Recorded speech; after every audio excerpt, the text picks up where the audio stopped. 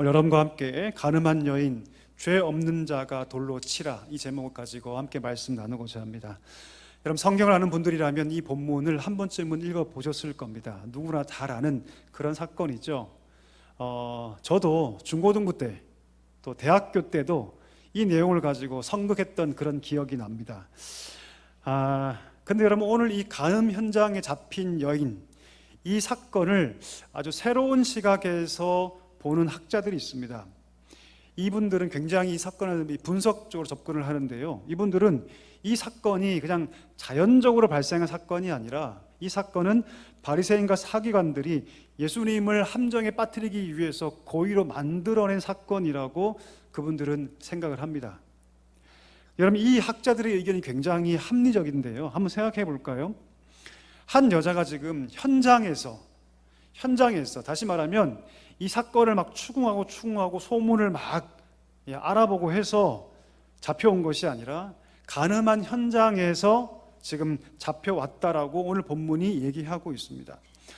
여러분, 보통 남녀가 불륜 저지를 때는요, 가장 어두운 곳에서 불륜을 저지릅니다. 가장 은밀한 곳에서. 왜 그럴까요? 그 이유가 무엇입니까? 그것이 나쁜 짓인 것을 알기 때문이죠. TV 한번 보십시오, 여러분. 러브호텔 그런 데 가보면, 그렇죠? 남녀가 들어갈 때 따로 들어가고, 그렇죠?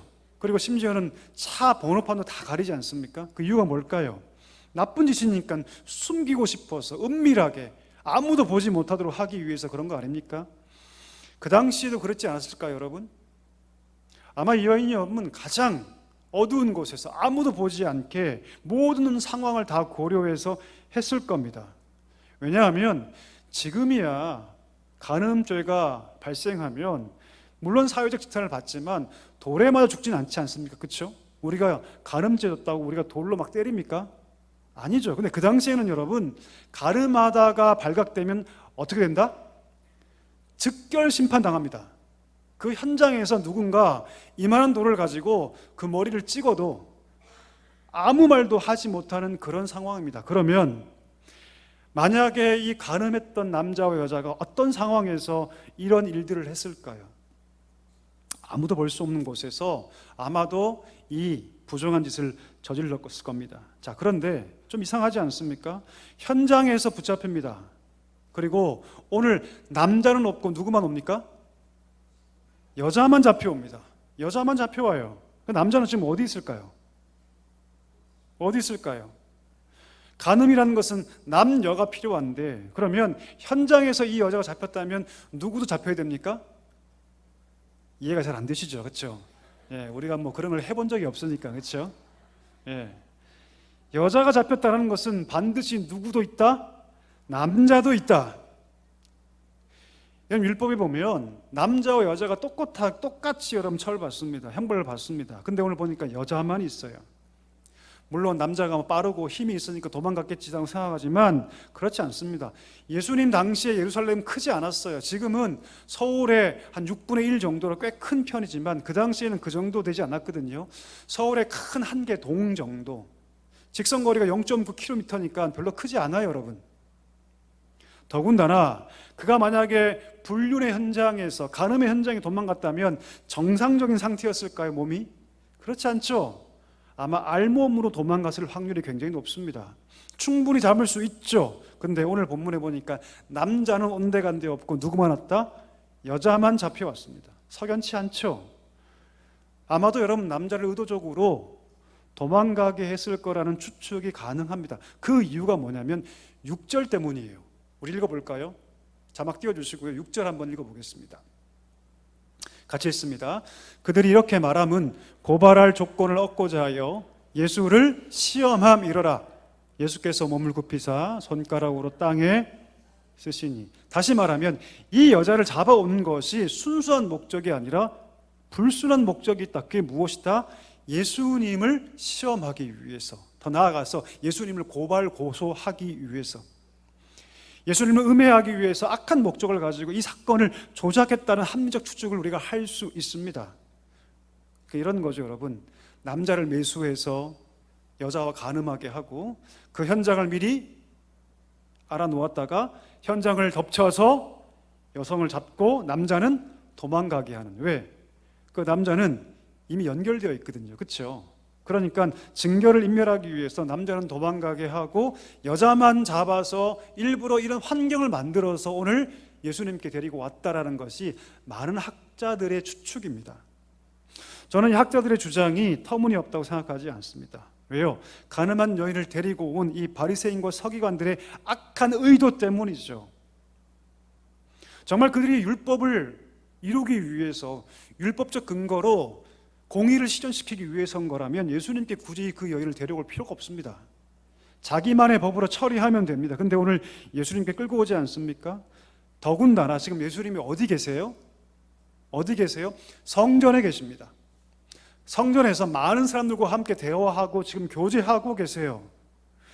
예수님께 모든 죄를 뒤집어 씌울 수 있는 가장 최적의 시간입니다. 그 시간에 오늘 가늠한 여인을 끌고 왔다는 것입니다. 가늠한 여인을 현장에 잡은 것도 이상한데 가장 최적의 시간에, 그것도 예수님이 지금 성전에 있는 시간, 많은 사람들에게 노출되어 있는 그런 시간에 아주 적절한 타이밍에 그 여인을 데리고 의도적으로 온 것이죠. 그리고 이런 질문을 딱 던집니다. 어떤 질문입니까? 촌철살인 같은 질문이죠.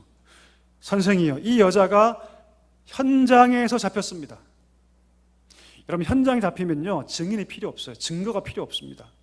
현장에 잡히지 않으면요 최소 2명과 3명 이상의 증인이 반드시 필요합니다. 좀 번거롭죠, 그렇죠? 그러니까 이들은 일부러 현장에서 그 여인을 잡습니다. 그리고 이 여인을 데리고 오죠. 뭐라고 얘기합니까? 모세의 율법에는 이런 여자를 돌로 치라고 명하였는데 선생이요, 당신은 어떻게 말하겠습니까? 아주 굉장히 악한 의도가 이 질문에 담겨 있죠. 만약 예수님께서 좋습니다, 그럼 율법대로 이 여인에게 돌을 던져서 돌을 들어 이 여인을 죽이라고 얘기한다면, 여러분, 그런 상황 속에서 지금 성전에서 많은 사람들이 예수님 보고 있는데 그런 상황 속에서 어떤 일이 벌어질까요? 아마도 여러분, 예수님에 대한 그 시선이 싸늘하게 식을 것이 분명합니다. 왜요? 예수님에게 많은 사람들이 지금 따르는 이유가 무엇입니까? 그 이유는 예수님이 죄인의 친구였기 때문입니다. 예수님이 가난한 자들과 함께 했기 때문이죠. 심지어 세리, 심지어 창기들과 함께 먹고 마시면서 그들의 친구라고 스스로 얘기했기 때문이죠. 그런데 이 여자가 가늠죄 저질렀으니 돌로 쳐 죽여라 라고 말한다면 하루아침에 예수님의 지지 기반이 다 흔들려 버리는 거예요. 지금 이 바리새인들이 예수님을 잡고 싶습니다. 그를 지금 옥에 가두고 싶어요. 그를 지금 옥죄고 싶습니다. 근데 왜 못합니까? 무엇 때문에? 사람들의 인기 때문에 못하는 거예요. 여러분, 정치인들이 하나같이 여러분 여론들에 대해서 혹은 사람들의 인기에 대해서 아주 집중하죠. 이유가 뭘까요? 사람들의 지지가 있으면, 사람들의 인기를 등에 업고 있으면 내가 실수하고 잘못해도 나를 함부로 할 수 없다는 걸 알기 때문이죠. 그 당시가 딱 그랬습니다. 눈의 가시 같은 예수님을 지금 처단하고 싶고 처분하고 싶은데 수많은 백성들의 지지를 지금 받고 있으니 함부로 할 수가 없었던 것이죠.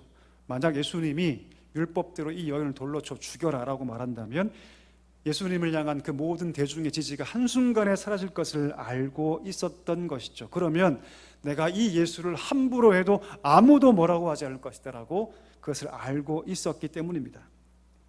자, 또 하나의 가능성인 답이 있죠. 어떤 답이냐면 그러지 말라는 답입니다. 돌을 던져서 이 여인 죽이지 말라는 답이죠. 자, 그러면 그렇게 만약에 예수님이 말한다면 바리새인들이 어떻게 공격할까요? 아마도 율법의 조항을 가지고 당신이 누군데 모세의 율법을 지금 거스릅니까? 라고 공격했을 겁니다. 그래서 당장 예수를 끌고 가서 우리가 알고 있는 그 사내들인 공의에다가 아마 소송을 걸었을 거예요. 이가 지금 우리의 사회를 해친다. 간음에 대해서 아마 그들의 법대로 예수님을 아마 처리했을 것이 분명합니다. 여러분, 이 사건 뒤에는 예수님을 지금 고소 고발하고 심지어 죽이려 하는 이 바리새인들의, 서기관들의 음흉한 계략이 지금 숨겨 있습니다. 겉으로는 율법에 대해서 얘기를 하고 겉으로는 그 율법이 온전히 시행되어서 하나님의 공의가 이 사회 속에서 이루어지기를 바란다고 말은 하지만 사실 진짜 목적은 뭡니까? 예수님을 잡아 죽이려는 거예요. 예수님을 오게 가두기 위해서 지금 그런 불순한 의도를 가지고 이 모든 것들을 지금 조작하고 만들고 있는 거죠. 그때 예수님께서 뭐라고 말씀하십니까? 뭐라고 말씀하십니까? 우리 예수님은요, 참 어쩌보면 참 당황스러운 말씀을 하실 때가 참 많아요. 사람들이 A를 질문하면 A에 대한 답을 해야 되는데 예수님은 대부분 A에 대한 답을 하지 않으시고 B를 말씀하신 경우가 굉장히 많죠. 딱 오늘 그런 케이스입니다. 뭐라 말씀하시냐면 이렇게 말씀하시죠. 너희 중에 죄 없는 자가 돌로 쳐라. 굉장히 의외의 말씀이죠. 여러분, 그 당시에 이 가늠죄는요, 중범죄 중에 중범죄였습니다. 사회를 해치는 사회 악이었죠. 그런데 오늘 예수님께서 뭐라 말씀하시냐면 그 죄에 대해서는 한마디도 하지 않으세요. 그리고 뭐라 말씀하시냐면 죄 없는 자가 먼저 돌을 들어서 그 여인을 치라고 말씀하세요. 어떤 느낌이 드십니까? 어떤 책을 읽어보니까 어떤 사람이 이렇게 글을 썼더라고요. 너무 예수님이 죄를 가볍게 여기시는 것이 아닌가. 너무 예수님께서 죄를 가볍게 여기신 것이 아닌가라고 누가 글을 썼더라고요. 여러분, 예수님께서 여자가 저지른 죄를 모르셨을까요? 아니요, 다 알고 계셨습니다. 자, 그러면 용서하실 때 용서하시더라도 따끔하게 몇 마디 하시는 게 맞는 게 아닐까요? 근데 예수님이 뭐라 말씀하십니까? 나도 너를 정죄하지 않으니 가서 뭐 하지 말라? 죄를 범하지 말라. 언뜻 보면 예수님께서 정말 죄를 가볍게 여기는 것처럼 보이기도 합니다. 그래서 어떤 사람들이 이런 말을 하죠. 그러면 기독교는 죄에 대해서는 그냥 관대해야 되는 거 아니냐, 죄에 대해서는 그냥 덮어두고 회개를 촉구할 것이 아니라, 죄를 묻는 것이 아니라 그냥 무조건적인 용서를 하는 것이 기독교가 아니냐. 기독교의 본질은 죄를 책망하거나 죄에 대해서 말하거나 회개를 강요하기보다는 무조건적으로 덮고 무조건적으로 용서하는 것이 맞는 것이 아니냐, 그렇게 얘기하는 분도 계십니다. 여러분, 어떻게 생각하십니까? 그러면 우리가 지은 죄에 대해서 무조건적으로 관용하고 너그럽게 생각하는 것이 맞을까요? 다른 사람의 죄에 대해서 그렇게 무조건적으로 용서하고 무조건적으로 덮고 무조건적으로 용서하는 것이 맞을까요? 어떻습니까? 우리가 분명히 하나 중요하게 짚고 넘어갈 것이 있습니다. 그것은 무엇이냐면 예수님은 여러분 결코 죄를 가볍게 다루지 않습니다. 믿으십니까?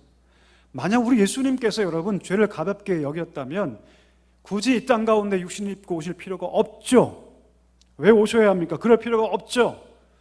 만약 우리 예수님께서 죄를 가볍게 여기신 분이었다면 십자가, 그 고통의 십자가를 지을 필요가 없습니다. 다시 말하면 우리 예수님은요 결코 죄를 가볍게 다루지 않으십니다. 오늘 사람들에게 뭐라고 얘기합니까? 너희 중에 죄 없는 자가 먼저 돌로 쳐라고 말씀하십니다.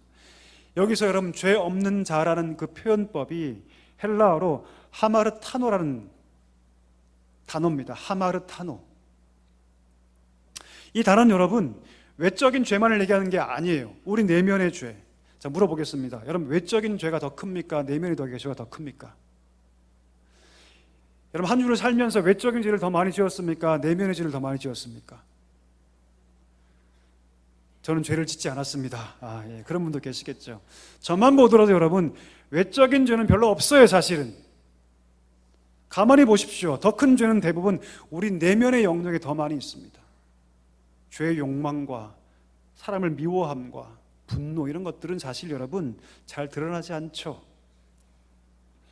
오늘 이 하마르타로라는 단어는요 단지 우리가 외적인 행동으로 드러난 죄만을 얘기하는 것이 아니라 우리 안에 있는 내면의 죄의 욕망까지도 포함하는 단어입니다. 그래서 여러분 리빙 바이블이란 성경에 보면 이걸 잘 해석하고 있어요. 너희가 외적으로 너희 마음으로 결코 죄 짓지 않는 자만 오늘 돌을 들어 쳐라, 이렇게 해석하고 있어요.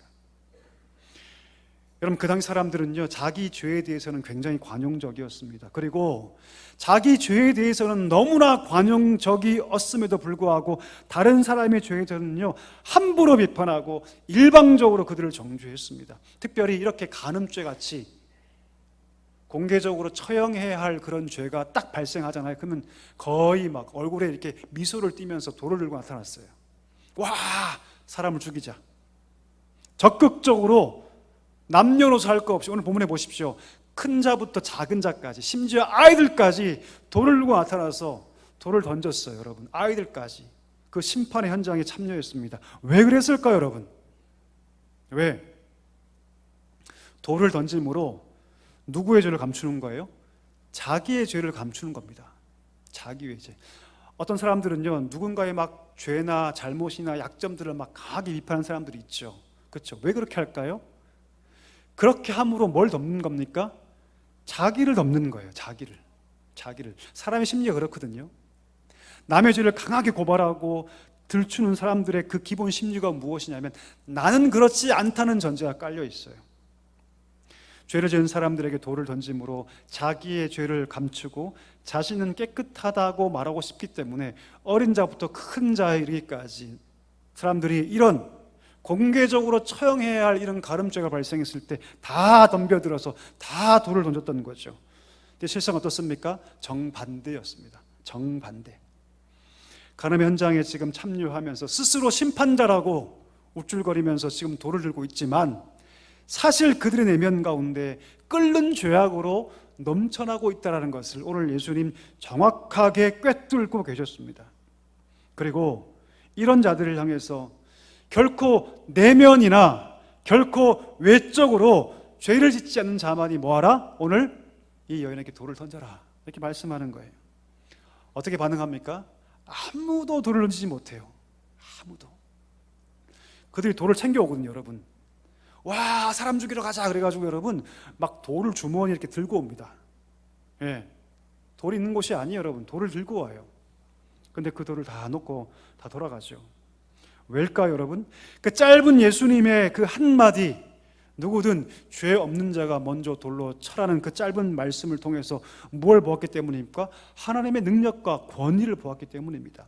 여러분, 하나님 말씀의 능력인 줄 믿습니다. 아멘이십니까? 아멘이시죠?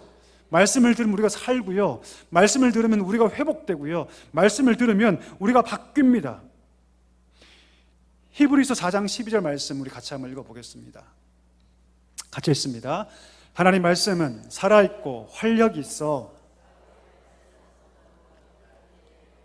혼과 영과 및 관절과 골수를 찔러 쪼개기까지 하며 또 마음의 생각과 뜻을 그냥 띄워두시고요, 하나님 말씀은 좌우의 날선 어떤 것보다도 뭐하다? 예리하다. 아멘이시죠? 우리 의사분들 많이 계셔 잘 아실 거예요. 전 잘 몰라요. 메스, 살을 가르지 않습니까? 그것보다 훨씬 더 예리하여서 심지어 우리의 혼과 영과 관절과 골수를 찔러 쪼갠다고 얘기하죠. 그래서 평소에 우리가 보지 못했던 것들을 말씀을 통해 보게 하는 능력과 권위가 어디 있다? 말씀에 있다는 것이죠. 오늘 짧은 예수님의 그 한마디를 통해서 오늘 이 처형장에 스스로 심판자로 등장했던 많은 사람들이 양심의 가책을 느낍니다. 자신을 보기 시작하죠.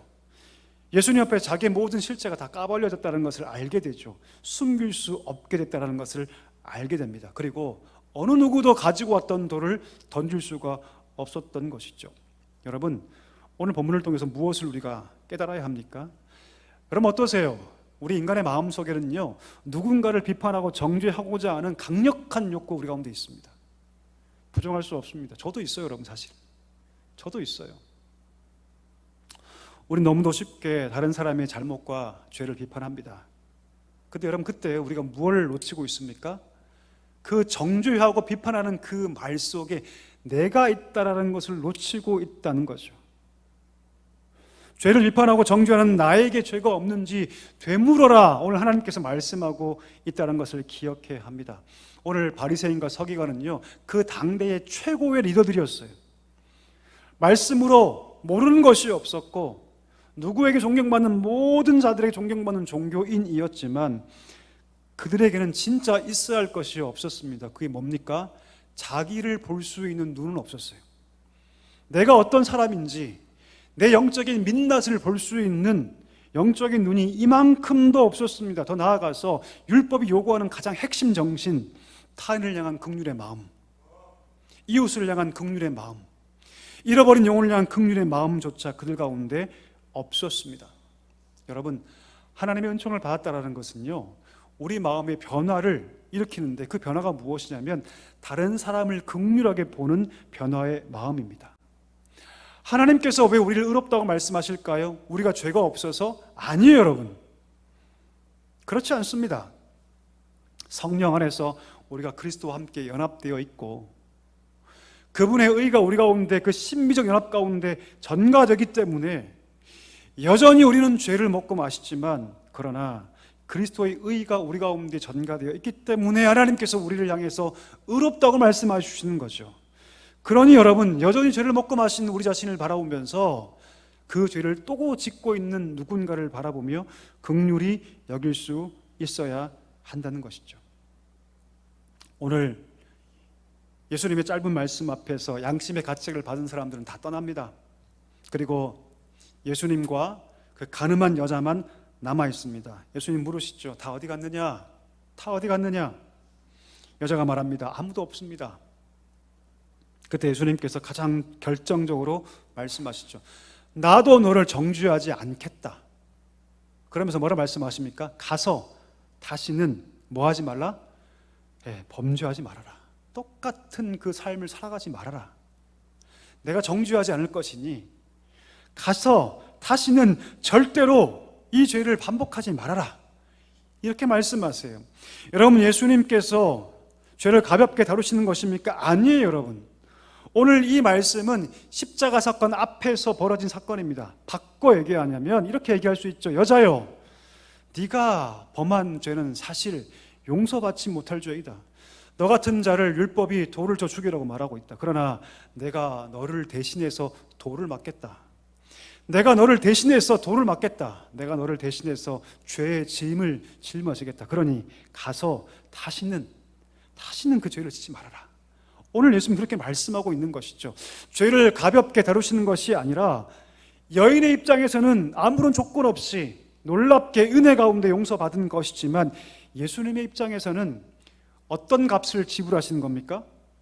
예수님 자기 생명을 지불하고 이 말씀을 하시는 거예요.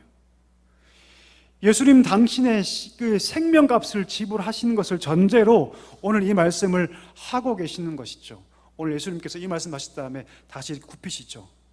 쪼그려 앉으시죠. 그리고 바닥에 막 뭘 쓰고 계시죠. 어떤 분들이 물어보시더라고요. 목사님, 우리 예수님 바닥에 뭘 쓰셨을까요? 저도 몰라요, 여러분. 물어보지 마세요. 잘 모릅니다. 제가 어떻게 알겠어요? 저는 근데 예수님의 그 행동에 주목하고 싶어요, 여러분. 쪼그려 앉으신 그 행동. 만약 누군가 예수님 말씀에 부정하고 돌을 던지기 시작한다면, 오늘 예수님 앞에 쪼그려 앉아있는 혹은 엎드려 납져 있는 그 여인과 함께 돌을 맞는 그런 위치 아닙니까, 여러분? 그럼에도 불구하고 예수님께서 그 여인과 함께 같이 쪼그려 앉으세요. 저는 그 행동이 의미 있다고 생각합니다. 그 여인과 함께 돌 맞을 각오를 하신다는 거죠. 여러분, 우리가 받은 용서가 이런 용서입니다. 우리 편에서는 우리가 받은 용서와 그 은혜가 값어치 없다고 여길 수 있습니다. 왜? 너무나 쉬워 보이거든요. 그냥 회개하면, 그냥 고백하고 자백하면 용서하시니 그 과정이 정말 쉬워서, 너무 쉬워 보여서 무가치하게 여길 수 있습니다. 그러나 그렇지 않다라는 것이죠. 여러분, 하나님 편에서는 실로 엄청난 대가를 치르면서 허락하신 용서라는 사실을 기억할 수 있게 되기를 축복합니다. 예수님 입장에서는요, 자기의 생명을 내어주면서 허락하신 용서라는 것이죠. 여러분, 우리가 받은 용서가 얼마나 가치 있는가를 알아야 합니다. 우리가 왜 또 죄를 지을까요? 우리가 왜 죄를 되섭지 않게 여길까요? 왜 우리가 지었던 죄를 또 짓고 또 지을까요? 그것은 무엇이냐면 하나님의 은혜를 값싸게 여기기 때문입니다. 값싸게. 내가 받은 그 용서가 얼마나 가치 있는 것인가를 알지 못하기 때문에 우리가 지은 죄를 또 짓고 또 짓습니다. 십자가의 그 용서에 대한 감격이 없어졌기 때문이죠. 내 입장에서는 이게 너무 쉬워 보이는데 사실 하나님의 관점에서는 하나밖에 없는 그 동생인데 그 아들을 죽이시면서 맞바꾸신 용서라는 것을 우리가 알아야 한다는 것이죠. 여러분, 이 은혜가 우리 가운데 충만하면요, 우리는 쉽게 죄를 지을 수가 없습니다. 이 은혜에 대한 감격이, 그 감사가 우리의 영혼과 삶을 사로잡으면요, 우리는 죄 있는 삶을 살아갈 수가 없습니다. 왜요? 그 은혜의 가치를 알기 때문이죠. 우리가 받은 그 용서의 가치가 얼마나 큰지 알기 때문이죠. 한번 물어보겠습니다. 오늘 용서받은 이 여인이 돌아가서 죄를 지었을까요? 짓지 않았을까요? 잘 모르시겠죠, 여러분. 전성에 의하면 예수님의 십자가 그 아래 많은 여인들이 있었는데 이 여인이 끝까지 그 예수님의 뒤를 따라갔다. 십자가 아래까지. 그런 글이 있습니다.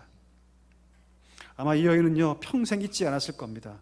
내가 돌에 맞아 죽을 현장에서 예수님 때문에 내가 살아났는데 내가 어떻게 살아가야 할까? 아마 수도 없이 고민했겠죠. 똑같은 유혹들이 분명히 그 삶 가운데 다가왔을 겁니다. 근데 목숨을 걸고 자기를 용서해 주신 아마 예수님의 은혜를 기억했을 겁니다. 그리고 예수님의 뒤를 따라갔을 것이 분명합니다. 여러분, 우리에게도 이런 은혜가 있기를 간절히 소망합니다. 십자가의 은혜가 그 사람의 영혼을 지배하면 더 이상 죄 짓는 곳에 갈 수가 없습니다. 나를 구원하기 위해서 하나님께서 하나밖에 없는 독생자 예수 그리스도를 죽이셨다는 그 엄청난 사실을 우리가 인정할 수 있게 된다면 우리는 죄를 먹고 마시는 삶을 버리게 될 줄 믿습니다. 오늘 우리 모든 성도들에게 이 십자가의 은혜가 충만하게 임하게 되기를 축복합니다. 나를 용서하시기 위해서 자기의 목숨을 내어놓으신 그 하나님, 그 독생자 예수 그리스도, 그 은혜를 늘 마음 가운데 붙잡고 살아가는 우리 모두가 되기를 주님의 이름으로 간절히 축복합니다.